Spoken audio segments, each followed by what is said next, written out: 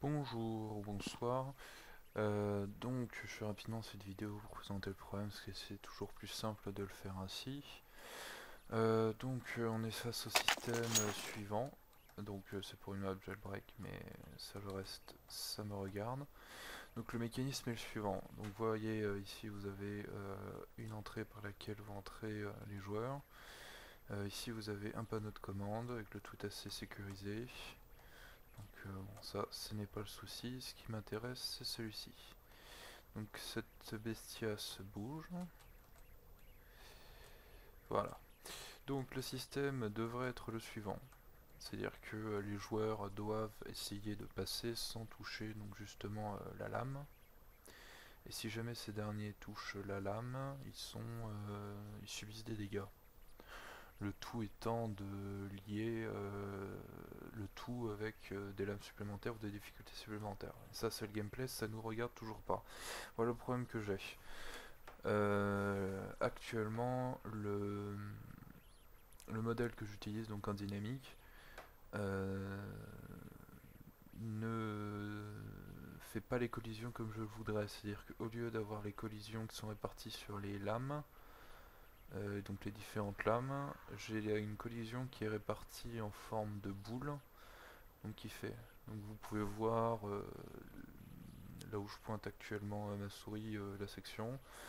Vous avez 4 fois le modèle qui est répété. Et en fait, donc la zone de collision fait tout le tour du modèle. Donc j'ai deux manières de résoudre ce problème, du moins j'ai essayé deux manières. La première, c'est essayer de faire apparaître justement une collision dessus. J'ai utilisé pour ça Proper, avec l'espèce de méthode un peu à l'arrache en prenant SDK 2009.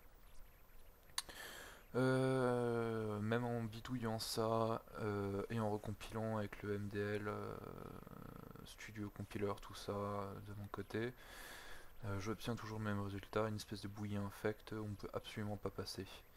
La deuxième solution consisterait, que j'ai essayé aussi cet après-midi, à désactiver carrément les solides dedans et ensuite à le remplacer par autre chose. Et là en fait j'ai un problème, deux problèmes en fait. Ou bien je n'ai pas d'objets qui peuvent se désactiver, réactiver. J'ai pensé au brush, mais a priori le brush ne fonctionne pas. Et est à ne pas utiliser sur CSS, si j'ai bien compris. J'ai pensé aussi à utiliser d'autres objets comme le move linéaire ou le door ou le button. Le seul souci ou le break, le seul souci c'est que j'ai peur que si je fais un respawn, la trigger heart soit décalée avec le modèle visible. Voilà.